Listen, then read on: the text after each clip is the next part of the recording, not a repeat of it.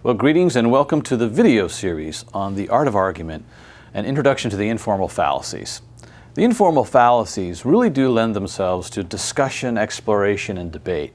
So we thought it would be really helpful to create a video series in which you could travel along with us, that is 3 logic teachers and 4 students, as we discuss, explore, and apply all 28 informal fallacies contained in the book, The Art of Argument. I want to give you just a brief introduction to kind of orient you and get you set and kind of adjust your expectations a bit, and give you some tips for how this video series can be helpful to you as you study the informal fallacies. First, let's remember that we are studying an art, the art of argument. It's really not a scientific, we aren't going to be studying scientific formulas that are absolute, that result in absolute clear prediction of the future. No, we are going to be studying an art, a way of interacting with everyday arguments that occur in regular life. And the informal fallacies feature logic as they occur in everyday human speech. The formal logic, which we cover in our book, The Discovery of Deduction, does focus on formal fallacies, syllogisms, for example, like all men are mortal, Socrates is a man, therefore Socrates is mortal. If those 2 premises are true, the conclusion must necessarily follow. In formal logic, we deal with things that are more certain. That conclusion is certain if the 2 premises are true. It tends to focus on deductive logic, where we start with a premise and deduce conclusions from that premise. And we talk about these arguments being valid or invalid. In informal logic, we are going to be starting with particulars and trying to make general conclusions from them, like what happens in a court of law. Evidence is presented, and the evidence has to be assessed as whether or not it is strong enough to convict, say, a defendant beyond a reasonable doubt. So we deal with probability when we're dealing with informal logic. And the arguments that we're looking at are either strong or weak rather than certain or uncertain. You can read about this in the text.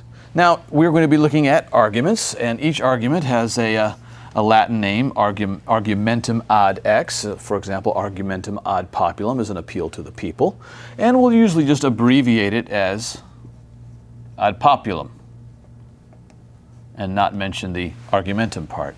The word argument comes from a Latin word, argumentum, which means to make something clear on the basis of reason and evidence. So we're not into quarreling and bickering, but we are into arguing in this sense, where 2 people exchanging ideas, maybe vigorously debating with one another, are both after the same end, which is that which is right, good, and true. So we're seeking to clarify and come to some common conclusions. This can make arguing a lot of fun, even with friends. And of course, when we're arguing with someone who may not be a friend, or someone maybe whom we've just met, we still want to respect that person, because that person, just like ourselves, is fallible. We are all fallible. We're human beings. We have predispositions that lead us to ignore certain kinds of evidence because we really want a certain conclusion to be true. Of course, we're finite. We haven't looked at all of the evidence. Sometimes we just make mistakes because of our finitude and our humanity. This should lead us to a measure of humility and respect as we engage even in vigorous arguments. And we'll be trying to discuss that throughout each of the fallacies that we engage in this video series.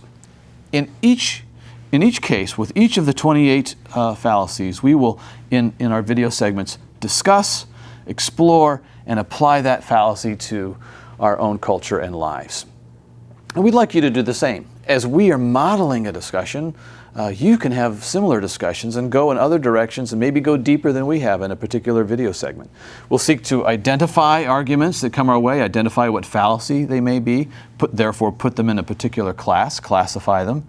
And what I think is really fun is to create fallacies ourselves. If you can walk around in the shoes of a fallacy by creating them, you'll become quite familiar with how they work. And then when that particular fallacy comes at you in an argument, you'll be all the quicker to identify it. So we will go out and find fallacies, create examples of fallacies, and we would encourage you to go and do likewise. Finally, the entire book is kind of embodied by this rubric of 3 important questions. Questions relating to relevance, presumption, and clarity. These can be three concepts that really embody or give body to the entire text. First of all, there are fallacies of relevance, there are fallacies of presumption and clarity. But first of all, we want to ask the question, what is the issue at hand? In any debate or discussion, what is the issue? We need to keep coming back to that. We so easily can get off track. There's a number of reasons why we would want to get off track. If we feel like the argument's not going our way, we might want to switch topics and start talking about something else. A number of reasons why we might lose the issue in a discussion or debate. So it's always good to clarify, what is the issue at hand? And then ask three questions. Is the argument I'm hearing relevant to that issue? There are fallacies of relevance that seek to dodge the issue. Is the argument I'm hearing assuming something illegitimate that makes the argument non-persuasive? Is the argument I'm hearing clear, or is it violating a principle of clarity, muddying the waters, making things fuzzy?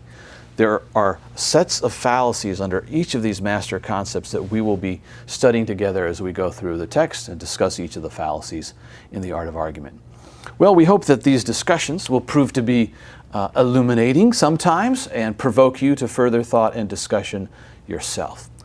Well, we'll see you next time when Jolie Hodge, one of the logic teachers, will be present to introduce our first fallacy, which is the ad hominem abusive fallacy. We'll see you then.